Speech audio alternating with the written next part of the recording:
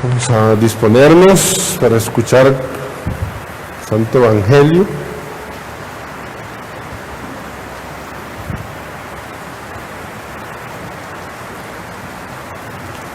Aleluya, aleluya. Iluminen al mundo con la luz del Evangelio reflejada en su vida. Aleluya, aleluya. El Señor esté con ustedes. Lectura del Santo Evangelio según San Mateo. En aquel tiempo Jesús dijo a sus discípulos: ¿Han oído ustedes que se dijo a los antiguos, no cometerás adulterio? Pero yo les digo que quien mire con malos deseos a una mujer, ya cometió adulterio con ella en su corazón. Por eso, si tu ojo derecho es para ti ocasión de pecado, arráncatelo y tíralo lejos, porque más te vale perder una parte de tu cuerpo y no que todo él sea arrojado al lugar de castigo. Y si tu mano derecha es para ti ocasión de pecado, córtatela y arrójala lejos de ti, porque más te vale perder una parte de tu cuerpo y no que todo él sea arrojado al lugar del castigo. También se dijo antes, el que se divorcie, que le dé a su mujer un certificado de divorcio. Pero yo les digo que el que se divorcia, salvo en el caso de que vivan en unión ilegítima, expone a su mujer al adulterio, y el que se casa con una divorciada comete adulterio. Palabra del Señor. Por las palabras del Santo Evangelio. Es muy importante entender en la línea que lleva Mateo. Estamos en el Sermón de la Montaña. Y recuerden que el tema original es la continuidad o discontinuidad de la ley. Ese texto, aunque son 2 versiculitos, son básicos para entender todos estos episodios que estamos escuchando. Al menos estos 3 episodios que durante estos 3 días siguientes nosotros hemos escuchado o estamos escuchando. Recuerden entonces, maestro, bueno, la ley de Moisés, Jesús dice, bueno, yo vengo a darle cumplimiento, y recuerden que hace un proceso, y es que la ley, para que se cumpla, tiene que ir al interior del corazón. Ayer lo ponía el ejemplo de la caridad, ¿se acuerdan? Decía que si traía una ofrenda a tu hermano, que traías una ofrenda, que la dejaras ahí antes de ir a reconciliarte con tu hermano, etcétera. Hoy es el tema del adulterio, y lo plantea en el corazón.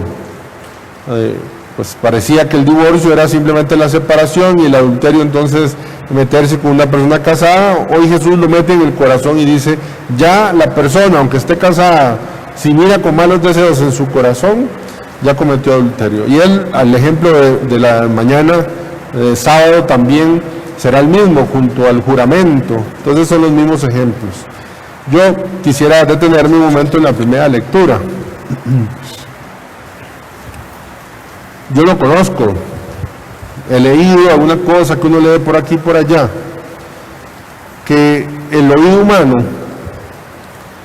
tiene la capacidad de percibir los decibeles entre 50 y 60 decibeles de manera natural, sin ningún problema.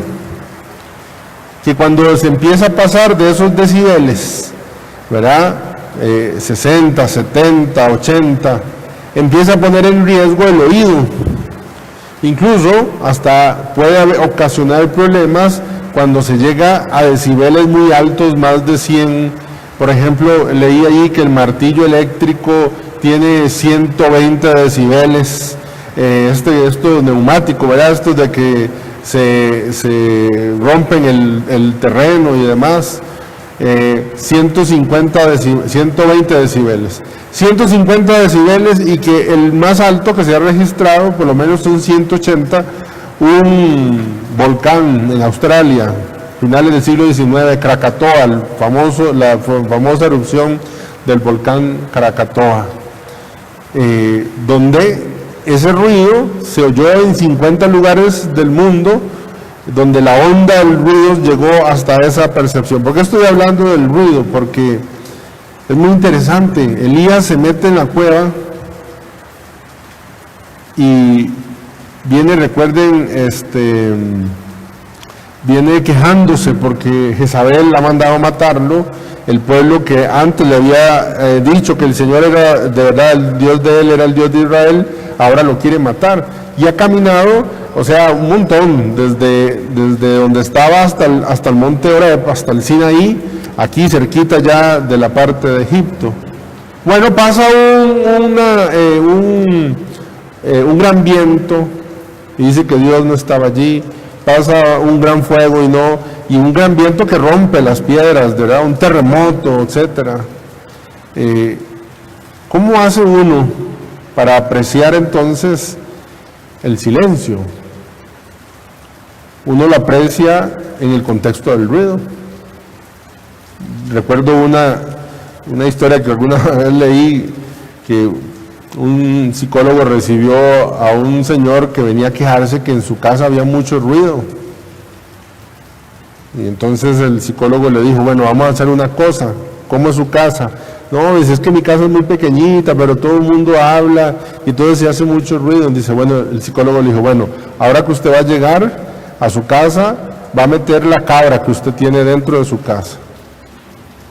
Y el hombre le dijo, pero no entiendo. Dice, no, métala para que vea. Al día siguiente fue a decirle, no, pero es que mire, es que no se ha quitado el ruido todavía. Dice, no, es que le falta otra cosa. Ahora va a meter las 2 vacas que usted tiene dentro de la casa. Al día siguiente yo decirle, mire, pero es que yo no entiendo cuál es la terapia que usted está teniendo. No, dice, vea, es que todavía le falta. Ahora va a meter, además de la cabra, las 2 vacas, va a meter las 10 gallinas que usted tiene. Y entonces metió todos los animales. Al día siguiente ya diciendo, mire, yo la verdad es que ya no voy a seguir con este juego suyo. No, dice el psicólogo, ahora lo que tiene que hacer es saque la cabra, saque la vaca y saque las gallinas.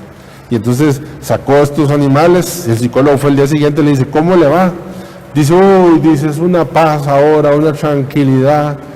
Claro. ¿Qué pasó? Se habían callado todos el hijo, la esposa, ¿no? Pero había aprendido a valorar ese silencio gracias a una gran cantidad de ruido. A mí, yo no puedo afirmar, a mí me da mucho miedo afirmar cosas, porque no lo puedo afirmar en general, pero lo puedo afirmar de mi propia vida. Dios me ha sabido hablar después de episodios de grande ruido en mi vida, de grande ruido, eso que hay tanto ruido, dolor, sufrimiento, que estoy perdido, que me siento que estoy, y después en ese gran ruido Dios llega y me habla. Es muy curioso porque Elías es experto en el espectáculo, recuerdan, ¿verdad? Señor, manda fuego. Y vino el fuego y cayó y se quemaron aquellos novillos al que le había echado agua. Él es especialista en el ruido, pero no es especialista en el silencio. Y para apreciar el silencio de Dios, se aprecia en el contexto del ruido. Dice el artículo que leía que, bueno, obviamente el ruido, el silencio total 0 decibeles, y que el ruido, el que sigue es el de la respiración, el del murmullo. Y la diferencia entre hablar en voz baja y murmullo es, decía el artículo, que en el murmullo el aire no pasa por las cuerdas vocales, por eso la respiración. Y más o menos así le habló Dios a Elías. Él que estaba acostumbrado a que Dios hablara con truenos y rayos, ahora le toca aprender una lección, y es, para poder apreciar la voz de Dios en el silencio, le tocó ver pasar truenos, rayos y el terremoto también. Elías. Yo me maravillo de este texto, porque en la vida mía han estado así. Yo recuerdo hace como unos, bueno, no voy a decir los años, pero ya era sacerdote y estaba en un momento muy difícil de mi vida. Yo pienso que a nosotros como cristianos tenemos el permiso de llegar a momentos difíciles. Cuando le pregunta a Dios, dice, ¿qué es lo que pasa? Y él dice, es que tu pueblo ha abandonado la alianza. Eso resume la vida de uno. El resumen es que Elías ha hecho un gran esfuerzo para que el pueblo quiera la alianza y no ve resultados. Cuando eso sucede, yo creo que viene ese cansancio en el que Elías está, en el que quiere salir corriendo. No lo escuchamos, pero a este Elías, cuando venía bajando, se tiró a morir y dijo, ya no quiero vivir más. Y el Señor lo despierta y le dice, ¿cómo que no más? Levántase, coma y camine, porque todavía queda mucho camino por andar.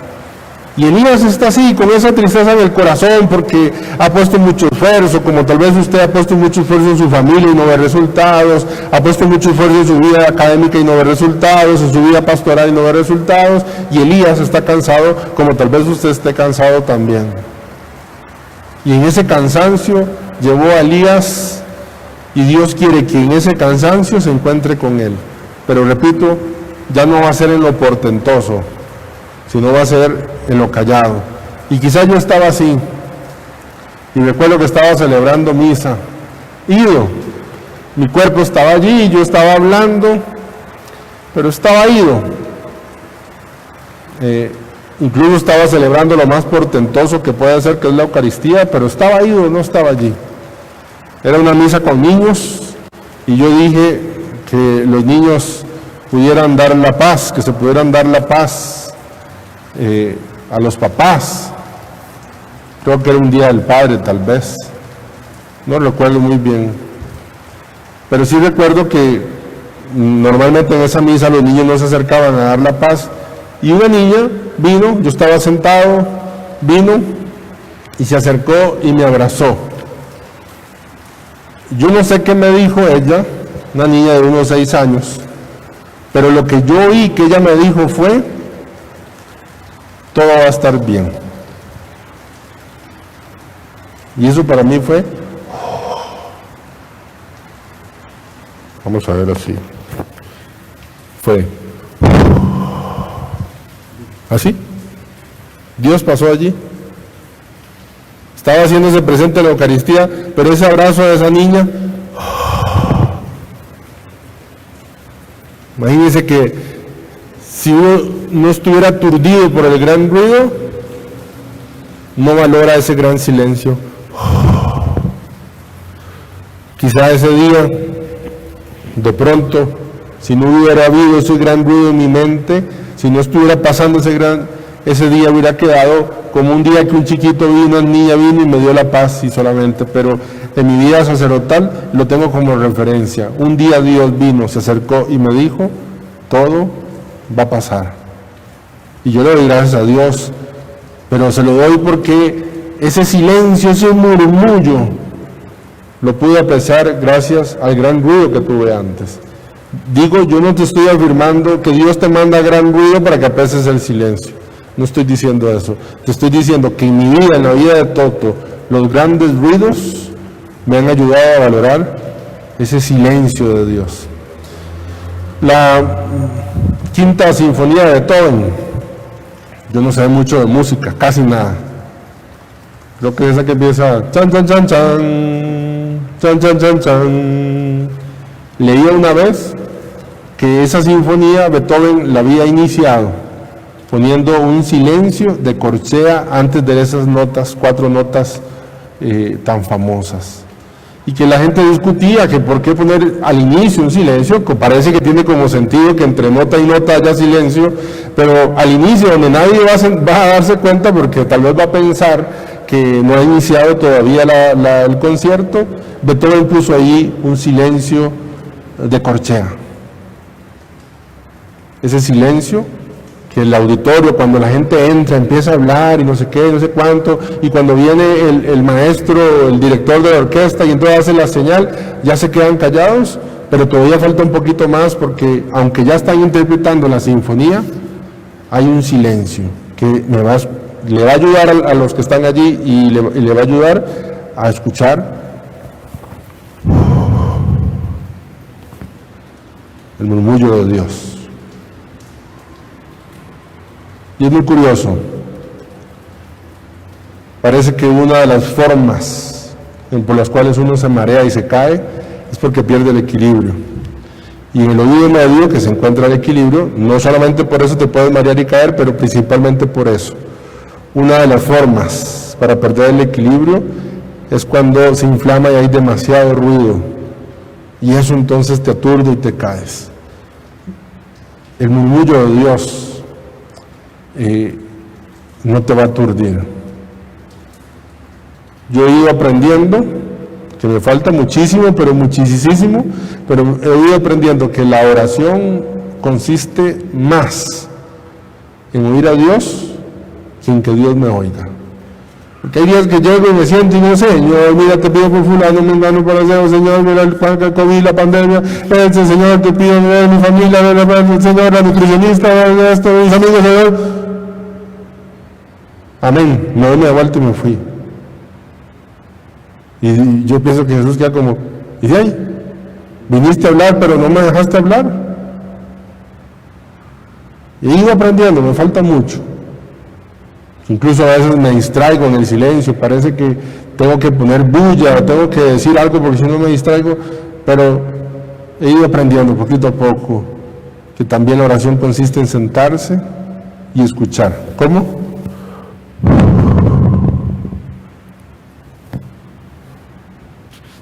Si estás mareado, quizás sea un problema en el oído, hay mucha bulla. Y si estás esperando que Dios te hable con un trueno, un terremoto, tal vez se quiere hablar con el abrazo de un niño, con el plato de comida que estuvo hoy en tu mesa, con el mensaje que alguien te envió, con el abrazo que alguien te dio, con el silencio que alguien, en el que alguien te metió, allí. Termino diciendo, los adverbios son muy importantes. Elías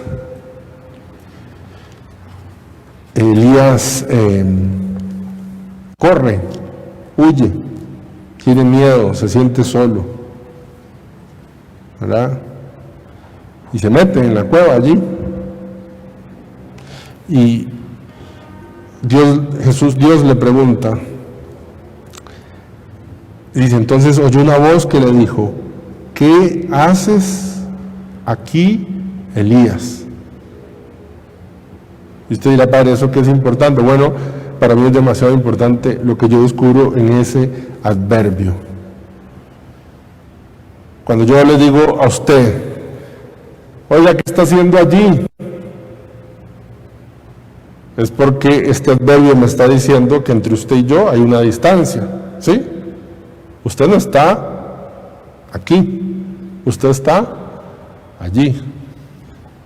Y el Señor le dice a Elías, ¿qué haces aquí? Ayer mientras rezaba el texto se me salió una lagrimita, porque Dios me está diciendo, está a la par mía, está ahí. Dios me está diciendo, Toto, ¿qué estás haciendo allí?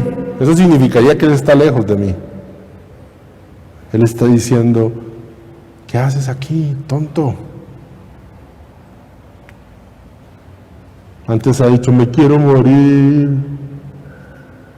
¿Qué haces aquí? Vamos.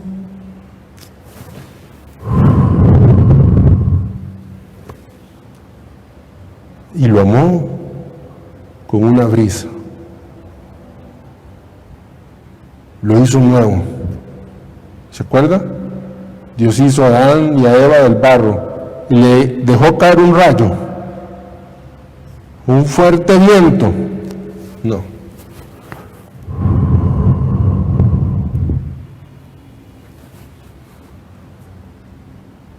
Ahí está Dios. ¿Qué haces aquí?